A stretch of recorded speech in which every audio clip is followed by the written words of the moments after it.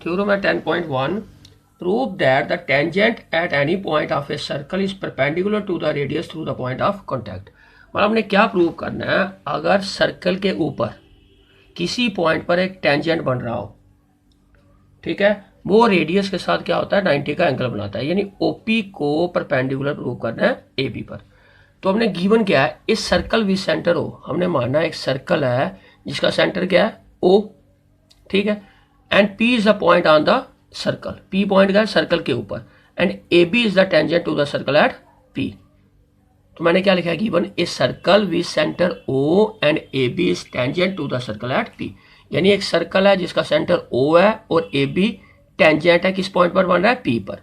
O आ गया centre, P point पर आ गया टेंजेंट AB। ये गिवन है। प्रूव क्या करना है, to prove OP perpendicular to AB और AB परपेंडिकुलर टू OP। तो मैंने लिखा OP परपेंडिकुलर टू AB, यानी टू प्रूव आ गया OP is perpendicular to AB। अब हम कैसे प्रूफ करेंगे इसको, तो पहले हम सपोज करेंगे कि जो OP है ये परपेंडिकुलर नहीं है। परपेंडिकुलर क्या है, OQ। हमने सपोज किया OP is not perpendicular to AB, let OQ perpendicular to AB and take another point R on AB। एक और R पॉइंट लिया AB के ऊपर, such that P Q equal to Q R, इस ढंग से कि पी क्यू और क्यू आर इक्वल है, and join O R. OP को मानना परपेंडिकुलर नहीं है, ओ क्यू को मानना परपेंडिकुलर है। ये सपोजिशन वाला मैं मेथड करवा रहा हूँ, बुक में अलग है। ओ क्यू परपेंडिकुलर लेट किया और आर पॉइंट लिया, पी क्यू और क्यू आर बराबर है, ये डिस्टेंस इक्वल है, ये हमने सपोज किया और ओ आर को ज्वाइन किया। अब सबसे पहले हम क्या करेंगे, ओ क्यू पी और ओ क्यू आर ट्राइंगल लेंगे, क्योंकि हमने सपोजिशन रॉन्ग करनी है।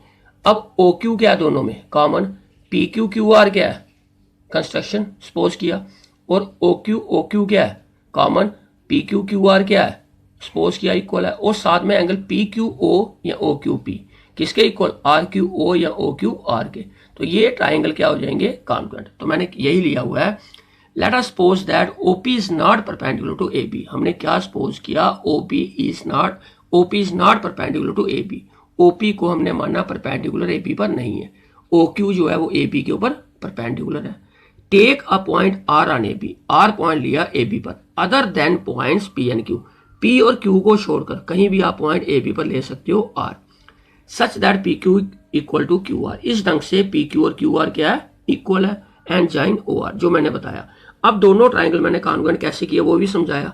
सबसे पहले P Q equal to Q R, P Q equal to Q R, next O Q P equal to O Q R, each 90 और ओ क्यू कॉमन। तो वही लिखा हुआ है P Q Q R, assumed या supposition, O Q P equal to O Q R, each 90, O Q equal to O Q common. तो therefore triangle O Q P congruent to O Q R by S A S rule. जैसे triangle congruent के side angle और side, तो by S A S ये triangles क्या हो गए congruent.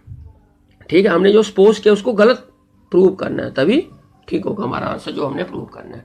तो इसके बाद ओपी किसके इक्वल आ गया, ओ आर के बराबर। क्यों आया ओपी ओ आर के, OP equal to O R by CPCT. जब ये ट्राइंगल कॉन्ग्रुएंट होंगे तो ओपी किसके इक्वल आएगा, ओ आर के बाय सीपीसीटी। सीपीसीटी का मतलब होता है corresponding parts of congruent triangles. जब ट्राइंगल कॉन्ग्रुएंट हुए तो ओपी किसके आ गया, ओ आर के। अब ओपी क्या था, रेडियस। रेडियस क्यों था, क्योंकि पी पॉइंट सर्कल के ऊपर है, ओ सेंटर है, तो सेंटर से सर्कल तक जो लाइन होती है उसको बोलते हैं रेडियस। ओपी क्या था, रेडियस। तो इसका मतलब ओ आर और ओपी बराबर है, तो O R must also be the radius of a circle. तो ओ आर भी क्या हुआ, radius. But R point lies outside the circle, लेकिन आर पॉइंट कहाँ लाई कर रहा है, सर्कल के बाहर, आउटसाइड।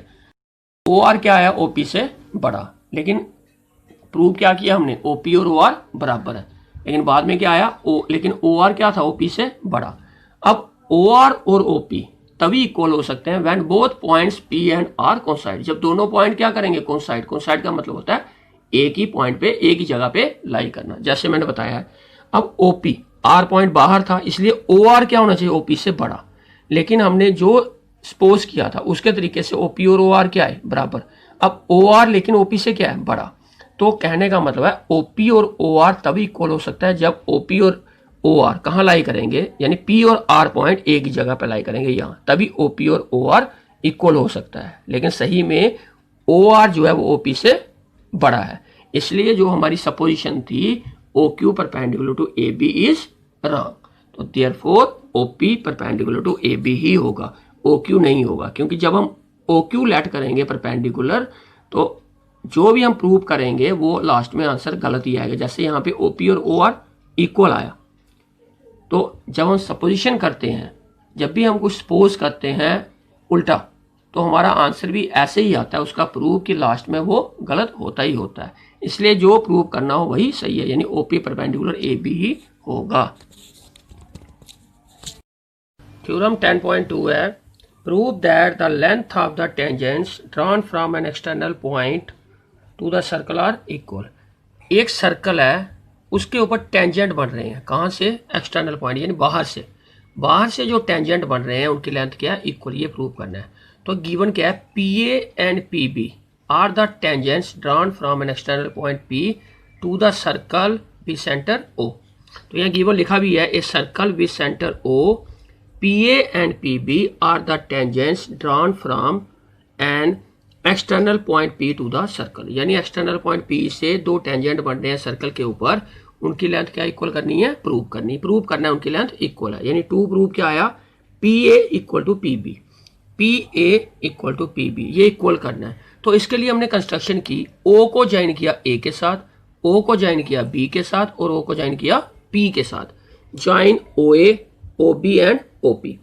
अब इसको प्रूव करने के लिए हमने पिछली थ्योरम में पढ़ा 10.1 में कि अगर एक टेंजेंट बन रहा हो, ठीक है, तो वो रेडियस के साथ point of contact, point of contact कौन सा होता है?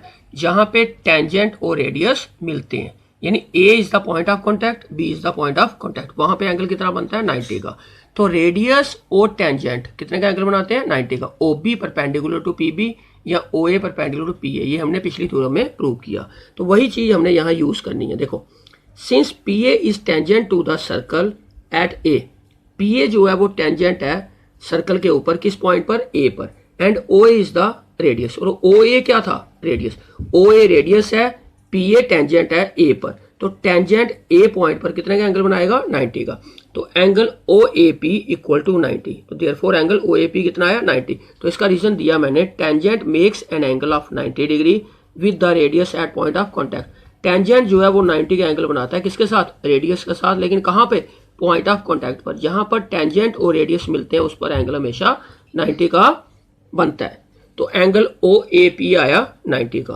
तो सिमिलरली एंगल OBP कितना आया? 90 का। दूसरा मैंने डायरेक्ट लिख लिया एंगल OBP 90 का। अब हम यही दो ट्राइंगल कॉन्ग्रुएंट करेंगे, OAP और OBP, और PA equal to PB prove हो जाएगा। कैसे? अभी हमने ये एंगल किया प्रूव 90 का और ये एंगल प्रूव किया 90 का। OP क्या दोनों में? कॉमन। और OA इक्वल टू OB क्यों है? क्योंकि ये दोनों रेडियस है एक ही सर्कल के। सर्कल पे जो रेडियस 10 भी बनाओगे आप एक ही सर्कल के, अगर 3 सेंटीमीटर का मैंने सर्कल ड्रा किया, अब आप जितने मर्जी रेडियस बनाओ तो उनका रेडियस की लेंथ क्या होगी? हमेशा 3 ही। In triangle OAP and OBP, वही ट्राइंगल हमने लिए जो मैंने बताया आपको। तो एंगल A पे भी 90 था, B पे भी, तो angle OAP equal to angle OBP कितना आया? Each 90 degree. तो मैंने ये भी बताया OP क्या है दोनों ट्राइंगलों में? कॉमन। तो OA किसके बराबर है? OB। क्यों है? क्योंकि वो रेडियस है सेम सर्कल, तो रेडियाई ऑफ सेम सर्कल। एक रेडियस होता है, ज्यादा रेडियाई होते हैं। तो ट्राइंगल क्या हो गया आपके? Congruent. OAP equal to OBP by RHS rule. क्यों आया? क्योंकि पहले राइट एंगल है, फिर हाइपोटेन्यूज, 90 के एंगल के सामने जो साइड होती है उसको बोलते हैं हाइपोटेन्यूज, और एक आपकी साइड है, तो बाय RHS रूल ट्राइंगल्स क्या हुए? कॉन्ग्रुएंट। तो इसलिए so PA equal to PB, PA PB के बराबर क्यों आए? By CP CT, corresponding parts of congruent triangles. ठीक है, यही हमने प्रूव करना था। जो टेंजेंट्स है एक्सटर्नल पॉइंट्स, उनकी लेंथ क्या होती है? इक्वल। तो PA equal to PB। Thank you.